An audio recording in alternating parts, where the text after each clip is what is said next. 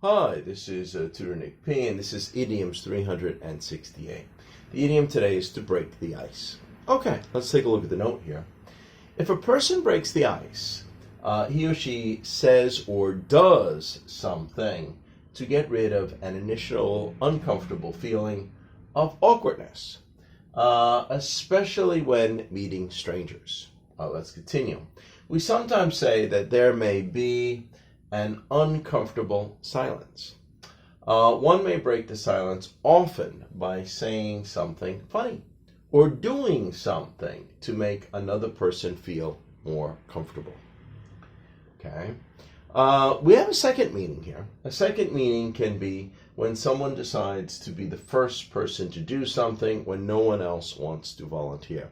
Then you can break the ice in that way as well. Let's continue. Now, there's a couple of theories about the origin or how it started. Sometimes this is a common one you see. Many suggest the origin dates back to the time when special ships were used to break and clear ice so that ships could pass, the frozen area of the water. The ships are still used today and are called icebreakers. Yeah, they still have these machines to break the ice, and so that, some boats could pass through a particular area. All right, let's continue. However, others say this term was already used regularly by the early 1500s and appears in Aramus's collection of adages in 1508. Okay. And then also Shakespeare used it, much earlier than the 1800s. Shakespeare also used it in his play, The Taming of the Shrew. Okay.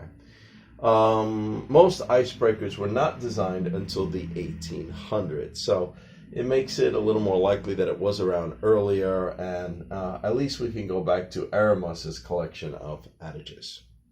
All right, and we have 4 uses of the way we use it. All right, here's the first one. I tried to tell a joke to break the ice. Yeah, that's the typical one, situation where two people are just sitting there and they're kind of looking at each other. They don't know each other yet. No one knows what to say. So if you can think of something funny to say, that's a good way to break the ice. All right, number 2 here. I offered our guests some refreshments to break the ice. Well, it doesn't have to be saying something. You could offer something to somebody, like some food. They may like that. Number 3. I guess no one wants to be the first one to sing karaoke in front of everyone. I guess I'll break the ice and volunteer. So this is the second meaning that we had up here. And number 4, the last one. If you want to break the ice, you must at least give someone a smile. Yeah, you might hear somebody say that too. Okay, anyway, I hope you got it. I hope it's clear. Hope it was informative. Thank you for your time. Bye-bye.